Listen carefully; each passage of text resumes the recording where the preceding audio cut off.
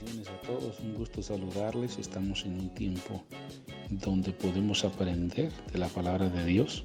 Quiero compartir una palabra para los que están en sintonía y los que van a hacer feedback más adelante. Bendiciones. Quiero impartir unos minutos bajo el tema Dios honra la fe de quienes creen en su poder. Esta cita la vamos a tomar del Evangelio según San Mateo en su capítulo 8, versículos 5 al 13, donde nos habla de la historia del centurión y del siervo del centurión. En esto podemos darnos cuenta que Dios desea obrar milagros en nuestras vidas. Su propósito eterno no es que experimentemos sufrimiento y dolor. No obstante, esos milagros ocurren cuando se dan al menos tres cosas que en este capítulo de este Evangelio nos revela.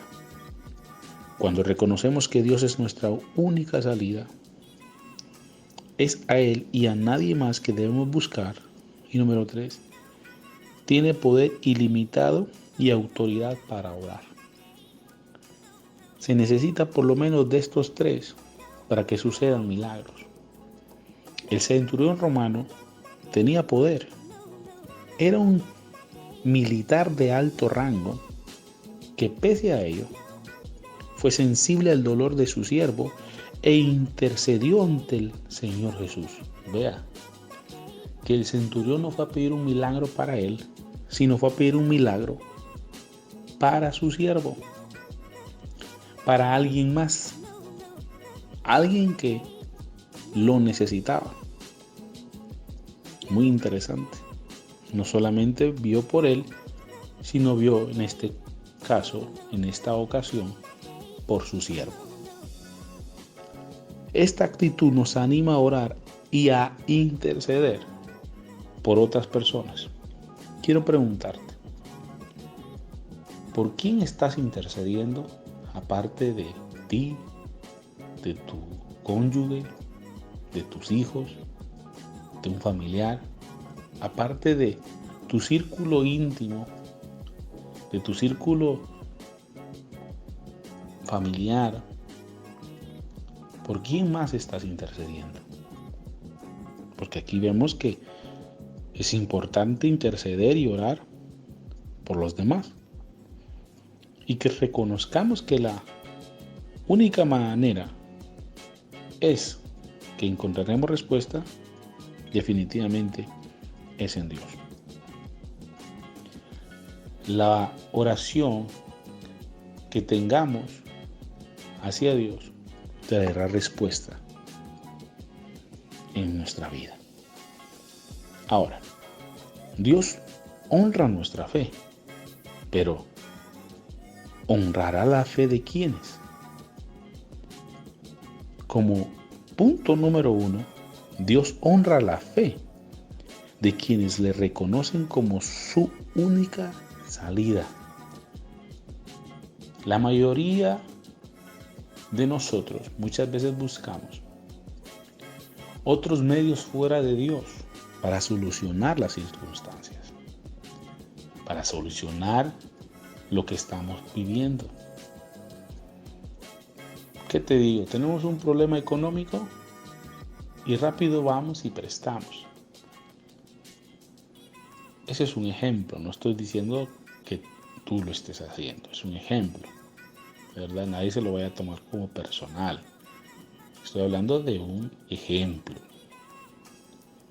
Muchas personas primero van al hospital en vez de primero doblar sus rodillas, pedirle al Señor que todo salga bien y luego poder ir al médico o al hospital. No debemos de colocar a Dios como la última opción. Debemos de colocarlo a Él como la única opción, que son dos cosas muy diferentes. No buscarlo al final, aunque Dios tiene misericordia, pero Vamos a poner un ejemplo con la mujer enferma de flujo de sangre que llevaba 18 años. Escucha la cantidad de años. 18 años llevaba esta mujer enferma y había intentado todo. Ve la marca que le pone el Señor. Había intentado todo y a pesar de haberlo intentado todo, le iba peor. Nos está dando un ejemplo la escritura aquí, claramente, que si ponemos al Señor de último, nos va a ir mal en todo. Entonces ella pudo haberse sanado hace mucho tiempo, pero intentó fuera de Dios. No quiere decir que Dios no la va a sanar porque sencillamente Él lo dejó de último, pero va a postergar su sanidad. Entonces entre el postergar hay dolor, hay vergüenza, hay muchas otras cosas más que esta mujer nos pudo detallar o nos podrá detallar más adelante en la escritura o en otro tiempo podemos hablarlo. Qué difícil. Pero Dios va a honrar la vida de hombres y mujeres de fe quienes le reconocen como la única salida. Eso lo vemos en el versículo 5 y en el versículo 6. El centurión romano, pese a su posición social de mando, fue una persona que se le acercó al Señor Jesús con humildad y procuró la ayuda de él. Eso lo vemos en el versículo 5. No corrió con su altanería y su orgullo y su soberbia o con sus títulos o sus posesiones o su posición. Él fue con humildad. Veamos que nos muestra que hay que buscar al Señor como la única alternativa, pero con humildad. No importa lo que tengamos o lo que sepamos. Hay que acercarnos delante del Señor con temor y humildad, un respeto reverencial. Lo segundo que vemos en el centurión en esta hora, que intercedió por su siervo. Él no llegó por él no se sentía mal, a él no le dolía nada, pero este centurión podemos percibir que tiene sensibilidad. Quiero preguntarte, ¿eres tú sensible a lo que le pasa a tu prójimo? ¿Somos sensibles en realidad a lo que está sucediendo en nuestro entorno? Porque si eres sensible y estás elevando oraciones por tu prójimo, te felicito, muy bien, estás haciendo bien. Pero si te estás haciendo de la vista gorda y no sientes dentro de ti el pesar, hay algo malo allí. Por eso es necesario el ayuno y la oración para volver a ser sensibles. Dios mío, esto está muy bueno. Esta intervención nos está enseñando que hemos de ser sensibles al dolor ajeno, sensibles a la situación de nuestro prójimo, porque si bien comprendemos, la Biblia nos dice que lo que sembramos, eso cosecharemos. Si nosotros oramos por alguien más orará por nosotros. Es una ley de siembra y de cosecha. Creo que necesitaríamos estar sembrando oraciones a favor de nuestros hermanos, a favor de nuestras hermanas, a favor de los líderes espirituales, a favor de el mundo, a favor de los que están padeciendo del COVID, a favor de los que mueren del cáncer, del SIDA, de los que están en hospitales, prisiones. ¡Wow! Tenemos mucho por orar. Debemos de ser sensibles y ponernos en la situación que esas personas están pasando. Si tú no lo has vivido, pues gloria a Dios. Pero te digo, no esperes vivirlo para ser sensible. No, no. Hay que ser sensible porque amamos a nuestro prójimo. Quiero continuar con eso. Entonces el centurión intercedió por su siervo porque era sensible. Número 2, porque valoraba a quien le servía. Entonces hay que valorar acá claramente a las personas que alguna vez hicieron algo por nosotros o lo están haciendo, no sé. Es muy interesante que no tenemos el valor, o no, perdón, no le damos valor a las demás personas y nosotros queremos que nos valoren. Primero hay que valorar lo que han hecho por nosotros, desde que nos sirven una taza de café, desde que nos sirven un pedazo de algo o que son amistosos, cordiales. Todas esas cosas son importantes el valorarlas. Y número 3, hablando acerca del centurión sensible. Número 2, que valoraba a quien le servía. Número 3, se dolía del dolor de su siervo. Eso quiere decir que le prestó atención. Sabía lo que le estaba pasando, sabía sus necesidades, sabía lo que le dolía, sabía lo que estaba en él. Y eso da mucho de qué hablar de este centurión. Se dolió del dolor de su siervo. Como que lo sintió en carne propia, lo que su amigo siervo estaba pasando. Y ahora, para ir profundizándonos en esto, el centurión sabía que si bien tenía poder, hay circunstancias en las que solamente Dios nos ofrece una salida al laberinto. Él pudo llevarlo a cualquier lugar. Era alguien reconocido, de alto rango, como vimos anteriormente, del imperio mundial de ese entonces, que era el imperio romano. O sea, eso estamos hablando de que no era cualquier persona. Mas, sin embargo, reconoce que a pesar de sus posesiones y a pesar de todo lo que tenga y a pesar de sus títulos, lo más pertinente era correr a los pies del Señor por su ayuda. No se complicó la vida ni entró en un laberinto.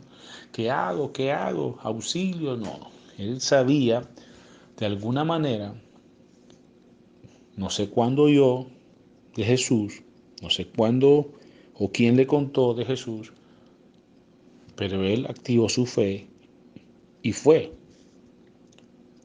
Y fue a pedir que el Señor interviniese. Wow.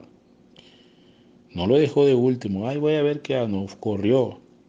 A pesar de las circunstancias, el Señor nos ofrece salir de la situación. Pero eso ya depende de nosotros si aceptamos el salir de esa situación o no. Ahora, ya vimos que Dios honra la fe de los que le reconocen como única salida. Número 2, Dios honra a los que le buscan. Lo vemos en el versículo 8 y versículo 9. Entonces podemos argumentar y agregar que la disposición de Dios es responder a nuestro clamor. Versículo 7 lo encuentras tú, que el Señor quiere responder. Hay disposición de Dios al responder nuestro clamor, a responder nuestro ruego, a responder nuestra súplica.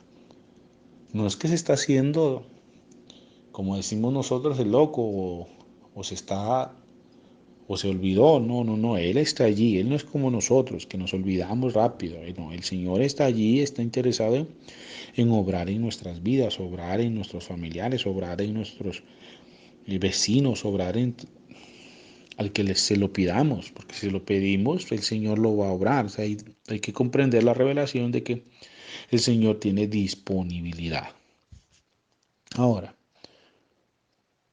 quiero que comprendas esto bien claro, porque en nuestra oración vamos a encontrar respuesta. En la oración no estoy diciendo que es una oración al azar, no, es una oración dirigida a Dios, dirigida a Jesús, dirigida al Padre Celestial. Y en ella vamos a encontrar la respuesta.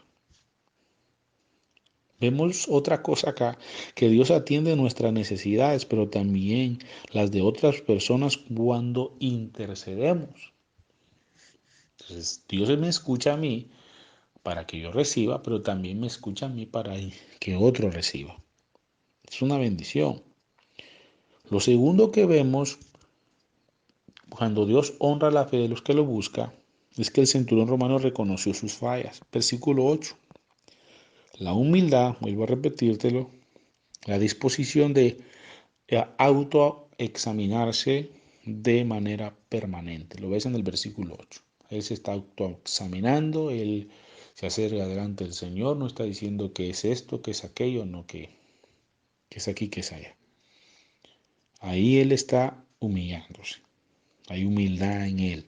Gloria a Dios por eso. Y lo tercero que quiero ver acá, en cuanto Dios honra la fe de los que lo buscan, debemos reconocer que Dios obra milagros en nuestra vida. Es por su infinito amor y su misericordia. Entonces su amor y su misericordia están para nosotros. Él nos ama y no nos va a negar ninguno de sus milagros, ninguno de sus favores, porque su misericordia y su amor están allí para nosotros. Bendito sea Dios.